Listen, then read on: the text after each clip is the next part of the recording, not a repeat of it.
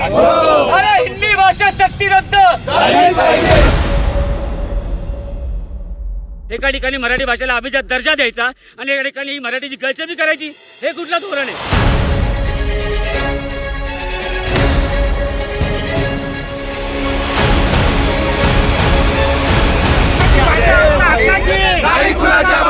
मराठी भाषा आमच्या हक्काची।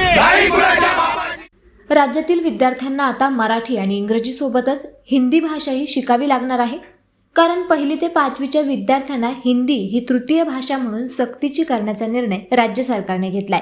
2024 या राज्य शालेय आराखड्याद्वारे तयार करण्यात आलेल्या अभ्यासक्रमानुसार हा निर्णय घेण्यात आलाय। हा निर्णय मराठी आणि इंग्रजी या दोन्ही माध्यमांच्या शाळांना लागू असणार आहे। आगामी शैक्षणिक वर्षापासून या निर्णयाची अंमलबजावणी करण्यात येईल। दरम्यान सरकारच्या या निर्णयाचे पडसाद आता राज्यभर उमटू लागलेत। मनसेकडून हिंदी भाषेच्या सक्तीला जोरदार विरोध केला जातोय। या निर्णयाविरोधात मनसेकडून पुण्यात आणि मुंबईमध्ये आंदोलनं करण्यात आलीत।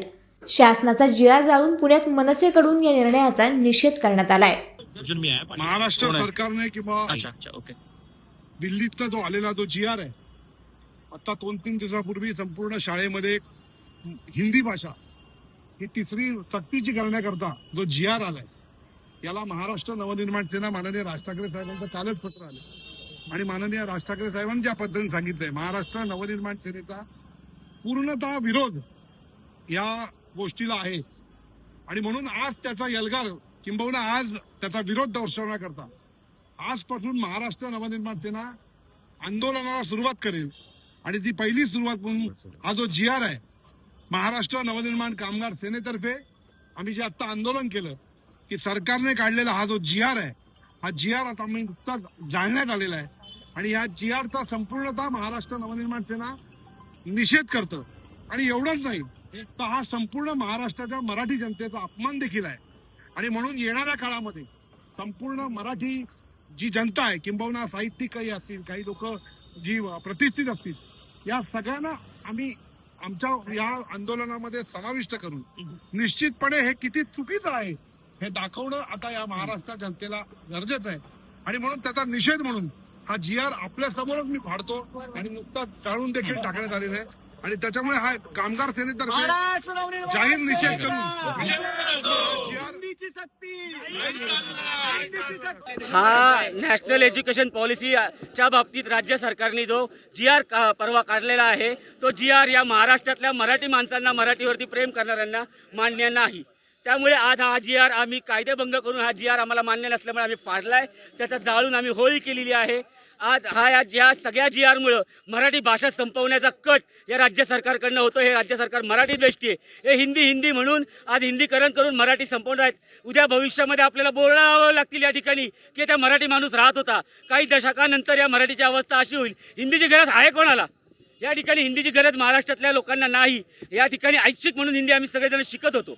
ह्याच्यामुळे हिंदीची सक्ती जर केली जाणार असेल तर याच्यातून उत्तर भारतीय मतांचं लांगुल चालन या ठिकाणी हे भारतीय जनता पक्ष आणि त्याचं इथं सरकार करते। एका ठिकाणी मराठी भाषेला अभिजात दर्जा द्यायचा आणि एका ठिकाणी मराठीची गळचेपी करायची, हे कुठलं धोरण आहे?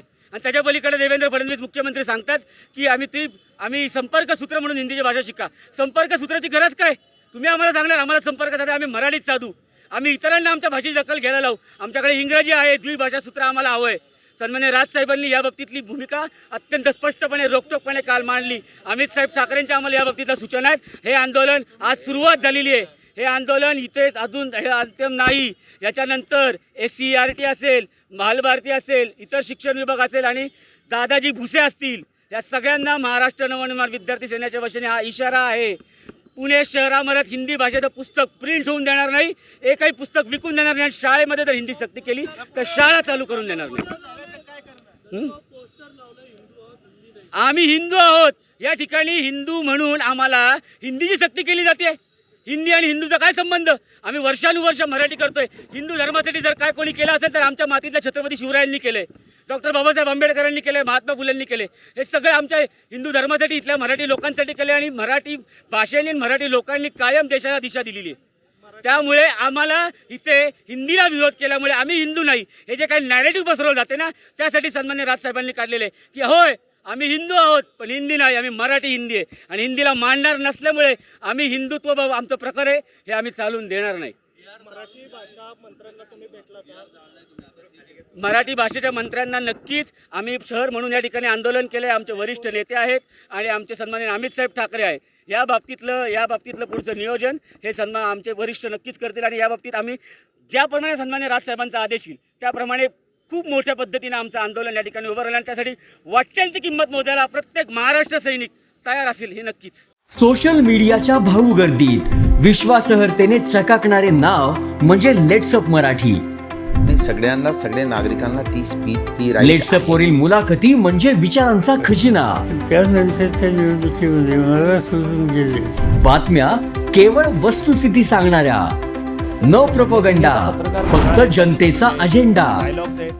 क्योंकि आने वाला कल जाने वाला है, जाने वाला कल आने वाला है. राजकारण, मनोरंजन असो की क्रीडा क्षेत्र, महाराष्ट्राची स्पंदने संवेदनशीलतेने टिपणारे माध्यम म्हणजे लेट्सअप मराठी.